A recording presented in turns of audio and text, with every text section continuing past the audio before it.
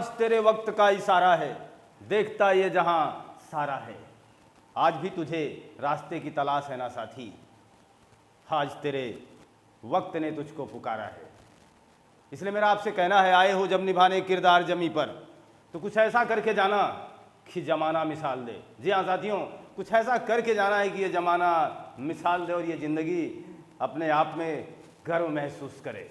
फिलहाल हमारा जो विचार है, हमारे जो तथ्य हैं, हमारे जो अवलोकन रहे हैं अभी तक वनडे एग्जामों को लेकर, मेरा मानना है कि अगर हम किसी विशेष उद्देश्य के साथ, पूरे मनोभाव के साथ किसी भी तथ्य की तैयारी, किसी भी कंटेंट की तैयारी कर रहे हैं, तो शायद हम विफल नहीं होते हैं साथियों।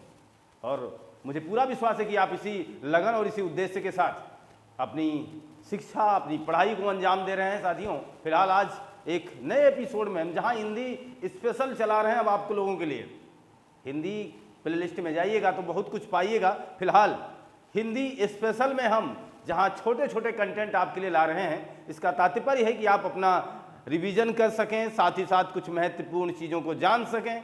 और स्पेशल इसलिए है क्योंकि ये छोटा होगा। तो हिंदी स्पेशल एपिसोड 2 आपका स्वागत कर रहा है साथियों। यहाँ आपके सामने हेडिंग्स मैंने डाल रखी हैं, भाषा के प्रकार। फिलहाल ये अपने आप में कहने के लिए काफ़ी है कि मैं आपके लिए क्या लाया हूँ और आज आप क्या जानने वाले हैं। जी हाँ साथियों, तो भाषा के प्रकार में हम क्या देखेंगे, आइए हमारे साथ जुड़िए और एक विशेष तैयारी के साथ अपनी तैयारी को अंजाम देने का प्रयास कीजिए साथियों। तो भाषा के प्रकार, टाइप्स ऑफ लैंग्वेज। तो हिंदी जो व्याकरण हमारा है उसमें हम भाषा के प्रकार को किस तरीके से लेते हैं, हमारे एग्जामिनर महोदय से ठीक ठाक किस तरीके से परखते हैं। वाकई में हिंदी एक इंटरेस्टेड सब्जेक्ट है जहां हम मजाक मजाक में बहुत कुछ मजाक कर सकते हैं, यानी बहुत कुछ सीख सकते हैं साथियों। फिलहाल इसी मजाक के साथ, इसी अभिप्राय के साथ कि आप बहुत कुछ लेने वाले हैं, तो भाषा के प्रकार में जहां हम आपको इस कंटेंट के माध्यम से कुछ बातें बताने वाले हैं। भाषा के प्रकार कई लहजे में कई उत्तर के साथ हमसे मुखातिब होता है। मेरे कहने का तात्पर्य यह हुआ कि भाषा के प्रकार अगर पूछे जाएंगे तो हमारे जवाब क्या होंगे, भाषा के मुख्य प्रकार पूछे जाएंगे तब हमारे जवाब क्या होंगे, और भाषा का व्यवहारिक प्रकार पूछा जाएगा तब हमारा जवाब क्या होगा। इसी दृष्टिकोण, इसी लहजे के साथ हमारी आपसे मुलाकात है। आप देखिएगा जरा, जब भी अगर आपसे बात की जाए साथियों, ओनली प्रकार की बात की जाए, देखना जरा, केवल प्रकार की बात करूं तो आपका जवाब आना चाहिए 3। और अगर हम जब कभी मुख्य प्रकार की बात करें तो आपका जवाब आना चाहिए 2। और जब कभी हम व्यवहारिक बात करें, यानी भाषा के व्यवहारिक प्रकार कितने हैं साथियों, जब इस पर हमारा दृष्टिकोण हो व्यवहारिक प्रकार, तो आपका जवाब उस समय होना चाहिए 2। तो फिलहाल इस तरीके से अगर एग्जामिनर आपका मुखातिब होता है और इस तरीके से प्रश्नोत्तरी के माध्यम बनाता है और आपसे ऐसे प्रश्नों से आपके साथ जुड़ता है, तो आप भी शिद्दत से जुड़ने का प्रयास कीजिए, शिद्दत से। प्रकार कितने साथियों, 3 बताना है। मुख्य प्रकार कितने, तो 2 बताना है। और व्यवहारिक प्रकार कितने बताने हैं, तो फिर आपके सामने आपके स्क्रीन पर साझा किया गया है 2। आइए समझते हैं इन्हीं चीज़ों के बारे में। आज की स्पेशल ये कंटेंट इसी बात को लेकर के है और काफ़ी आनंददायक ये मेरे हिसाब से कंटेंट होना चाहिए आप लोगों के लिए। देखिएगा, जब प्रकार की बात आएगी साथियों, केवल हम अभी प्रकार की बात यहाँ करते हैं और हम कुछ चाहेंगे कुछ इस तरीके से जिससे आप आसानी से सारी बातों को समझ पाएँ। प्रकार हमने आपके सामने 3 लिखा हुआ है, जिसमें हम लोग क्रमशः कुछ इस तरीके का माहौल देखते हैं। एक होता है भाषा का लिखित प्रकार, एक होता है भाषा का मौखिक प्रकार, और एक होता है भाषा का, अब आपके सामने आ ही चुका होगा, आपके मन मस्तिष्क में ये बात बन चुकी होगी कि सर क्या बताने वाले हैं। तो लिखित, मौखिक और सांकेतिक से आपका सामना होगा। जाहिर सी बात है, इसमें कोई बहुत लंबा टाइम हम लोगों को स्पेंड करने की आवश्यकता नहीं है। लिखित का मतलब जो लिखी हुई है, मौखिक का मतलब जो उच्चारित की जा रही है, और सांकेतिक का मतलब जैसा हम इशारों से बात करते हैं और आंखों में बात करते हैं। ये सारे मामले सांकेतिक होंगे। आइए समझते हैं कुछ लहजों से, कुछ विचारों से। जैसे अगर हम आपसे बात करें कि हमारे पास एक लिखा लिखाया पत्र है, एक खत है, उस जमाने का, बहुत ही पुराने समय का एक खत है, और मैं आपको वो दिखाऊं तो आप उसके माध्यम से बहुत कुछ समझ पाएंगे। क्योंकि उस खत को पढ़ने के बाद आप ये जान पाएंगे कि फला आदमी का नेचर कैसा था, उस समय का सामाजिक माहौल कैसा था, ताना बाना कैसा था, एक प्रेमी अपनी प्रेमिका को क्या कहती थी। इस तमाम लहजे से आप रूबरू हो जाएंगे। लेकिन आपको ये बात पता कैसे चली है? तो आप कहेंगे सर क्योंकि मैंने उस पत्र को पढ़ा है। मैं आपसे कहूँगा क्या आपने उस पत्र का उच्चारण जोर जोर से किया है? आप कहोगे नहीं। फिर मैंने कहा फिर कैसे? उसको मैंने देखा और अपने अंतरात्मा से यानी अंदर अंदर ही पढ़ने का प्रयास किया है। अतः वह लिखित भाषा का उदाहरण होगा। समझने का प्रयास कीजिएगा। एपिसोड 1 स्पेशल एपिसोड 1 जहां हम हिंदी का आपको प्रोवाइड कराए हैं, एपिसोड 1 में हमने आपसे बात की थी साथियों कि भाषा वही होती है, अभिव्यक्ति का माध्यम ही भाषा है। अब अभिव्यक्ति ही ना हो पाई तो कौन सी भाषा है? मैं कुछ ऊट पटांग बोलूं और आपके समझ में ही ना आए कि ये कोई भाषा नहीं है। भाषा हो सकती है किसी अन्य देश की, भाषा हो सकती है किसी अन्य परिवेश की, लेकिन जब वो हमारे काम की नहीं, हम उस लैंग्वेज से कुछ समझ नहीं पाए हैं, उस भाषा से आपके विचारों को जान ही नहीं पाए हैं, तो हम उसे भाषा कतई नहीं मानेंगे। हमारी बातों को समझ रहे हैं? एक बहुत बड़े समूह की भाषा अलग होती है, एक बहुत बड़े समूह की भाषा अलग होगी, कहीं की अलग होगी, कहीं की अलग होगी, तो ऐसे दृष्टिकोण बनेंगे। तो ठीक ये बात समझना, जो भाषा हमें लिखी हुई मिले और उसके माध्यम से हम कुछ समझ पाएं तो वो लिखित भाषा है। आइए आपको ले चले आपके मार्केट में। जब आप अपने मार्केट में जाते हैं साथियों तो आपको एक लिखा लिखाया अखबार मिलता है और उस अखबार को आप पढ़ करके अपनी भाषा का अवलोकन कर पाते हैं कि नहीं कर पाते, बताना जरा। और उस समय आप किसी लिखी हुई चीज को पढ़ते हैं और उससे पता लगाते हैं कि हमारा चंद्रयान 3 चंद्रमा पर लैंड कर चुका है और आपने उस महत्वपूर्ण तथ्य को समझ लिया है और अब आप आकर के अपने घर वालों को भी वो बात बता पाते हैं। इसका मतलब कहीं लिखा हुआ आप पढ़कर आते हैं, अतः वह लिखित भाषा का उदाहरण होगा। सीधा हम एग्जाम्पल की बात करें, आप इसी बातों से शायद समझ पाएंगे और समझ भी चुके होंगे। तो अभी हमने अखबार की बात की है, तो अखबार किस भाषा के अंतर्गत आएगा? तो लिखित। और अगर बात की जाए पत्र किस भाषा के अंतर्गत आएगा, तो यह भी किस भाषा के अंतर्गत आएगा साथियों? लिखित। जैसे आप किसी किताब का अवलोकन करते हैं, किताब पढ़ते हैं, तो इसका मतलब हुआ वो लिखित भाषा के अंतर्गत आएगा। फिलहाल आप ये सोच सकते हैं कि अभी हमारा जो कंटेंट आपके सामने प्रोवाइड कराया जा रहा है, जहां हम लोग एक दूसरे से बहुत ही बेहतर ढंग से कनेक्ट हुए हैं, अगर इस बात को हम सोचें तो जाहिर सी बात है कि हम लोग लिखित, मौखिक, सांकेतिक तीनों भाषाओं का प्रयोग कर रहे हैं, क्योंकि एक बेहतर टीचिंग प्रणाली, एक बेहतर शिक्षण प्रणाली के लिए तीनों चीज़ों का होना बहुत ही जरूरी है। लिखना भी जरूरी है, मौखिक उच्चारण भी जरूरी है और साथ ही साथ संकेत भी जरूरी है। तो ये सारी चीज़ें होनी चाहिए। फिलहाल देखना, अखबार, पत्र, किताब, ये सारे के सारे लिखित भाषा के उदाहरण हैं। आप किसी जगह किसी सड़क पर लिखा हुआ पाते हैं प्रधानमंत्री सड़क योजना, फिर उसके बारे में आप जान पाते हैं कि ये सड़क फला किलोमीटर लंबी है, यहाँ गई है। तो इन तमाम बातों की जानकारी क्या आपको किसी ने टेलीफोन पर बताई है क्या? नहीं, आपने उसे लिखा लिखाया पढ़ा है और उस लिखे लिखाई हुई चीज़ों से उस तमाम चीज़ों की जानकारी आपने हासिल कर ली है जिसकी आवश्यकता शायद आपको थी या ना थी, लेकिन आपने उसकी जानकारी की। और अगर ये जानकारी आपको हुई है तो पक्की बात है कि आप लिखित भाषा से जुड़े हुए हैं। हमारी बातों को समझ गए? यानी अगर हम किसी चीज़ का अवलोकन लिखा लिखाया समझ पाते हैं तो वो लिखित भाषा होगी, नो डाउट। आगे देखिएगा, अगर हम मौखिक भाषा की बात करें तो मौखिक का मतलब होगा साथियों जिनमें हम लिखने का कोई माध्यम ना ले, जिनमें हम लिखने का कोई तरीका अपनाए ना, स्वच्छंद रूप से हम आपके सामने गीत गाएं। स्वच्छंद रूप से गीत गाया जाता है और गीत तो हम देखे भी हैं, लोग ऐसे भी गाते हैं, लेकिन वो कोई शुद्ध माना नहीं जाएगा हिंदी व्याकरणिक दृष्टिकोण से। गीत गाने का मतलब आप किसी भी चीज़ को देखेंगे नहीं। गीत होता है स्वच्छंद, अर्थात गाना, यानी जिसे हम गीत कह रहे हैं, गीत गाना। एक होगा गाना, यानी जब आप गाएंगे तो वो मौखिक होगा, लेकिन अगर गीत की बात होगी, गीत, तो गीत तो लिखा होता है, वो तो लिखित होगा। गीत तो कहीं लिखा होगा ना, कहते नहीं ये गीत है, अच्छा गीत है तो कुछ लिखा होगा, तो वो लिखित में आएगा। लेकिन जब आप गाना, गाना का मतलब जब आप गाएंगे साथियों, तो फिर वो मौखिक बन जाएगा।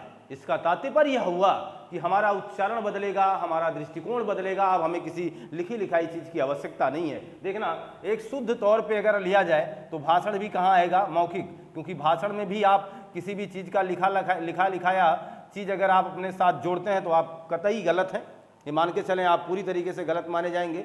भाषण भी स्वच्छंद होना चाहिए, खुले मन से होना चाहिए, यहाँ कुछ देखा दिखाना नहीं चाहिए कि देख करके आप किसी भी चीज़ को स्पीच दें, ऐसे पढ़ा पढ़ाया पढ़ें तो शायद ये बेकार भाषण माना जाएगा, और है भी। हिंदी व्याकरणिक दृष्टिकोण से इसमें त्रुटियां मानी जाती हैं। भाषण का मतलब होता है आप किसी भी चीज़ को देखेंगे नहीं, आप जो भी अवलोकन करके घर से चले आए हैं और एक तैयारी फुलफिल तैयारी के साथ आप आए हुए हैं, और अब जब आपके सामने मंच पर साझा अपने आप को मंच पर पार्टिसिपेट करा रहे हैं और आपके हाथ में जब माइक होगी तो आगे जो श्रोता बैठे हुए हैं उनकी इच्छा होती है कि आप स्वच्छंद मन से बोलें, ना कि देख देख करके आज फला ये चीज़ फला वो चीज़, ये सब नहीं बोलना है। देखिए, तो गाना हुआ, भाषण हुआ, ये सब मौखिक है साथियों, मौखिक भाषा है। और आप यहाँ से समझ सकते हैं कि हम ऐसे तमाम चीज़ों का मौखिक ही प्रयोग करते आए हैं। बहुत सी चीज़ें, अभी आप देखना, गाली, गाली तो आपको समझ में आ ही जाएगी। गाली कैसा है? क्या इसको लिखते हैं आप? नहीं ना, गाली देना वाकई में मौखिक है। हम इसे ऐसे ही ठीक ठाक उच्चारित करते हैं, तो गाली देना मौखिक होगा। क्लियर है ना? अब हम बात कर लेते हैं सांकेतिक भाषा का। सांकेतिक का मतलब ऐसे भी समझ जाओ, इशारों इशारों में बात होने वाली है, जहाँ ना कुछ लिखा जाएगा ना कुछ बोला जाएगा, बस इशारों से काम चलाया जाएगा। किसी भी व्यक्ति को, किसी भी वस्तु, ऐसा आपने किया होगा, इसमें कोई दो राय नहीं, क्योंकि इसकी जानकारी आपको यथावत है।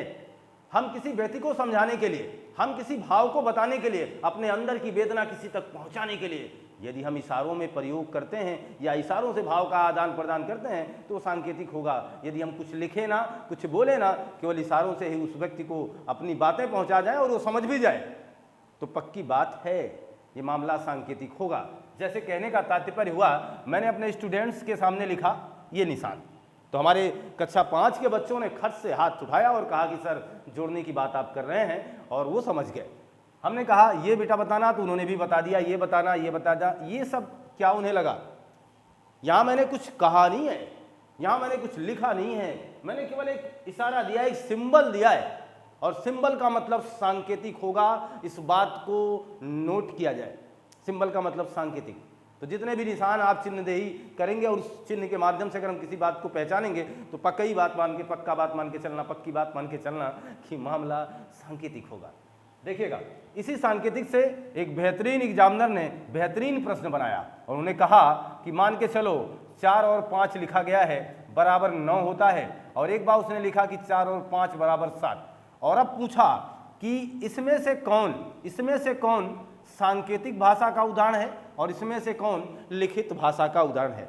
हमारे स्टूडेंट साथियों, आप बहुत ही आसानी से इस बात को समझ सकते हैं, और ये समझने के लिए हमें बहुत कुछ अलग से मेहनत करने की आवश्यकता नहीं है। आसान है मामला, बहुत ही आसान है। करना क्या है देखना जरा, इसमें यह केवल सोचना है कि कहाँ इस चिन्ह का प्रयोग किया गया है, यानी इसका मतलब लिया गया है। प्रयोग तो दोनों जगह है, पर मतलब इसका कहाँ है। देखना, अगर इस प्लस का, इस सिंबल का मतलब संकेत है और इसका मतलब जोड़ना हम समझ के आए हैं, तो पक्की बात है 4 और 5 जोड़ने पर हमें 9 प्राप्त होगा। इसका मतलब हुआ कि यहाँ इस सिंबल का मतलब लिया गया है, इस सिंबल के बारे में कुछ ना कुछ बातें अंकित की गई और हम उसे महसूस करते हुए 4 और 5 को जोड़ने का काम कर चुके हैं। क्लियर है ना बात? तो 4 और 5 बराबर 9 हुआ साथियों। यहाँ सिंबल का प्रयोग किया गया, 4 और 5 बराबर 7। आप समझ सकते हैं, अगर इस सिंबल का प्रयोग किया गया होता, इस सिंबल के बारे में कुछ इन्हें जानकारी होती, तो यहाँ 7 के बजाय 9 आता। इसका मतलब हुआ ये बस कुछ जान नहीं रहे थे, केवल लिख दिए हैं किसी उद्देश्य से। इसीलिए हम इसे लिखित भाषा कहेंगे, इसे हम लिखित भाषा कहेंगे और हम इसे सांकेतिक भाषा कहेंगे साथियों। जहां सिंबल का वास्तविक मतलब निकाला गया होगा हम उसे सांकेतिक मानेंगे, अन्यथा हम उसे लिखित भाषा का उदाहरण देंगे। आइए एक बहुत ही प्यारे से उदाहरण से मैं आपकी बात करता हूं। हमारे तमाम जगहों पर अगर हम आप इतिहास के पन्ने पलटते हैं, इतिहास के बारे में कुछ सोचें, तो हमें पता चलता है कि हमारी संस्कृति काफ़ी कुछ बदलते बदलते कहाँ चली आई है। तो ये जो संस्कृति है, आज भी अवधारणा के साथ मैं आपकी मुलाकात कराऊं, अगर मैं आज भी ये बात करूं कि आपकी शादी किसी मतलब ऐसी जगह कराऊं जहां का माहौल आपसे बिल्कुल भिन्न हो, तो आप जब अपने ससुराल में जाएंगे, कभी पार्टिसिपेट करेंगे, तो मुझे लगता है कि बहुत ही ज़्यादा आपको अलग फील होगा। जैसे कहने का तात्पर्य हुआ कि हम आगरा की लड़की को उठा करके बिहार में शादी कराते हैं, तो काफ़ी कुछ माहौल बदलेगा, और जब वो अपने ससुराल जाएगा तो उसे लगेगा कि यार यहाँ कैसा कल्चर है और मेरे यहाँ थोड़ा सा हटके है। तो इसका तात्पर्य हुआ कि संस्कृति हमें संकेतों के माध्यम से बहुत कुछ बताती है। क्योंकि वहाँ कोई लिखेगा नहीं, आपसे कोई बताएगा नहीं कि यार ये है वो है, ऐसा कुछ नहीं करेगा। आप महसूस कर जाएंगे। 2 से 3 दिनों के रहने के अंतराल पर आपको बताने की आवश्यकता नहीं पड़ेगी, आप खुद समझ जाएंगे कि हाँ ये मामला ऐसा है। तो ध्यान दीजिएगा, अगर हम बात करते हैं कभी भी संस्कृति की, संस्कृति भी सांकेतिक होती है। और एक बात ध्यान देना, व्रत, आप व्रत धारण करते हैं, व्रत रखते हैं, ऐसा तमाम बातें आप करते हैं। तो ये जो व्रत धारण करना हुआ, ये किस भाषा का उदाहरण है? सोचना, क्या व्रत धारण करने का मतलब आप समझते हैं? कोई व्यक्ति कह देगा हाँ खाना नहीं खाना है, फल खाना है, दूध पीना है, क्या इसका तात्पर्य व्रत है? क्या आप खाने के लिए व्रत रहते हैं? क्या आपने ये सोचा कि आज हम अपने डाइट को चेंज करेंगे इसलिए हम व्रत हैं? मुझे नहीं लगता। व्रत का मतलब बहुत दूरगामी परिणाम है, आपको पता है। व्रत रखने से आप सोच ये रहे हैं कि हमारा ये वो जो ईश्वर है, हमारा जो ईश्वर है उसे थोड़ी बहुत इस बात से वाकई में क्या मिलेगी, संतुष्टि मिलेगी, और हमारे साथ वो जुड़ करके थोड़ा सा हमारा भी अच्छा भला करेंगे, यही सोच करके तो आप व्रत रहते हैं। इसका मतलब आप किसी दूरगामी परिणाम को लेना चाहते हैं और उस उद्देश्य के साथ आप जुड़े हैं कि हमारा ठीक ठाक काम बनेगा, इसे हम व्रत कहते हैं।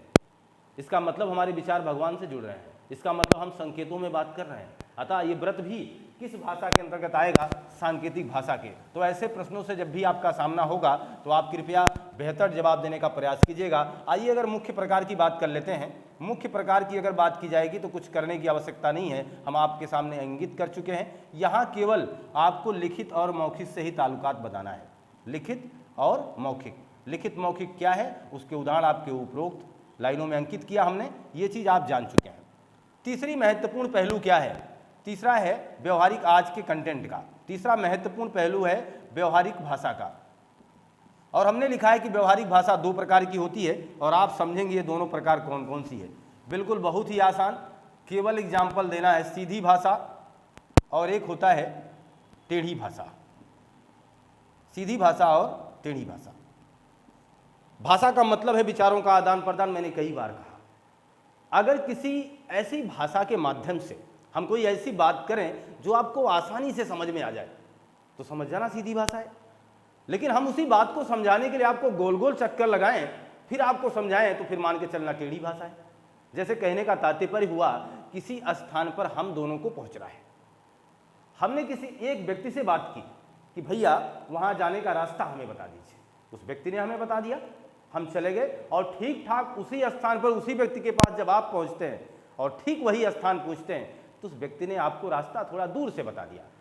और अब आप जब घूम करके आए तो भी आप उसी मंजिल पर पहुंचे, हम भी उसी मंजिल पर पहुंचे हैं। लेकिन आप जब हमारे पास पहुंचोगे कहोगे यार बहुत गलत रास्ता बता दिया उसने, आप तो जल्दी आ गए, मैं तो बहुत लेट हो गया। इसका मतलब हुआ कि मुझे उसने सीधा बताया था, लेकिन आपको भी बताया सही, लेकिन टेढ़ा बता दिया है। तो सीधी भाषा और टेढ़ी भाषा में फर्क बस इतना है कि सीधी भाषा आपको जल्दी समझ में आएगी, टेढ़ी भाषा जल्दी समझ में नहीं आएगी। वो थोड़ी सी चमत्कारिक होगी, अलौकिक भावना उसके अंदर होगी, अलौकिक तेज होगा, थोड़ा सा मामला पेचीदा होगा। और एक बात समझना, अगर आप नए दौर के स्टूडेंट हैं तो आप मान के चलना कि आज के ज़माने में सबसे ज़्यादा अगर कोई चीज़ इम्प्रेस करती है किसी को तो टेढ़ी भाषा। सीधी भाषा में मज़ा नहीं है, सीधी भाषा दमदार नहीं है। एक प्रेमी अपनी प्रेमिका से अगर इस तरीके से बोलेगा, देखना जरा, मैं आपको उदाहरण के माध्यम से सिद्ध करके देता हूँ। प्रेमी अपनी प्रेमिका से कहता है कि आप हमें याद करते हैं कि नहीं। प्रेमिका ने कहा कि याद करते हैं। ये तो मेरे हिसाब से सीधी भाषा, क्योंकि आप तुरंत समझ गए आप हमें याद करते हैं कि नहीं, और जवाब आया याद करते हैं, तो आपको लगेगा कि ये तो मामला समझ में आ गया, सीधा है, कुछ टेढ़ा इसमें है नहीं। लेकिन अब देखना, अब हम दूसरे शब्दों में या दूसरे लहजे में इसी का जवाब पलट के आपको दें। आपके ख्याल तो हमारे सांसों के साथ चलते हैं, अब जरा बताना हम याद कहाँ नहीं करते हैं।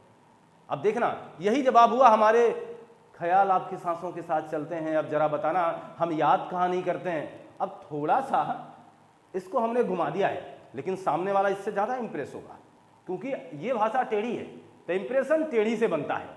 टेढ़ी भाषा जो होती है साथियों, ये चमत्कारिक होती है। आपकी यूपी टेट में ये भावनात्मक प्रश्न पूछे गए, आप देख सकते हैं सीटेट में ऐसे कई बार प्रश्न पूछे जा चुके हैं कि चमत्कारिक भाषा क्या है। चमत्कारिक भाषा का मतलब वो हुआ जो अपने प्रभाव को काफी लंबे समय तक आग पर छोड़े रखे। आप हमें मानते हैं, आप हमें प्यार करते हैं, आप हमें जानते हैं, आपने सीधा कहा हाँ, लेकिन आप इस तरह कह दिए कि आप हमें याद करते हैं कि नहीं। हमने कहा याद करते हैं, और फिर दूसरे लहजे में बताना हमने अब आपको कभी भूला ही नहीं है। अब ये बात उस पर ज़्यादा असर करेगी कि ये व्यक्ति तो हमें कभी भूला ही नहीं, जबकि उत्तर दोनों का सेम है। हम आपको याद करते हैं हमेशा और हम आपको कभी भूले ही नहीं हैं। दोनों ही उत्तर सेम है, परंतु एक चमत्कारिक है और एक सीधी है। तो ये बात मेरे हिसाब से बहुत कुछ करने की इसमें आवश्यकता नहीं है। तो सीधी भाषा वह होगी जो सीधी सीधी समझ में आएगी, और टेढ़ी भाषा वो होगी जो थोड़ी सी देर में समझ में आएगी लेकिन चमत्कारिक होगी, अपने अस्तित्व को ज़्यादा समय तक बरकरार रखेगी, ज़्यादा समय तक रखेगी, ये मान के चलिएगा साथियों। तो इस कंटेंट में बस इतना ही, और बहुत कुछ इसमें करने की आवश्यकता नहीं है। शायद मुझे पूरा विश्वास ये कंटेंट आपको समझ में आ भी गया होगा। अब हमारी मुलाकात आपसे नए एपिसोड में होगी साथियों। पढ़ते रहिए, मस्त रहिए, खुशहाल रहिए। आपका दिन शुभ हो। आपको बहुत बहुत धन्यवाद।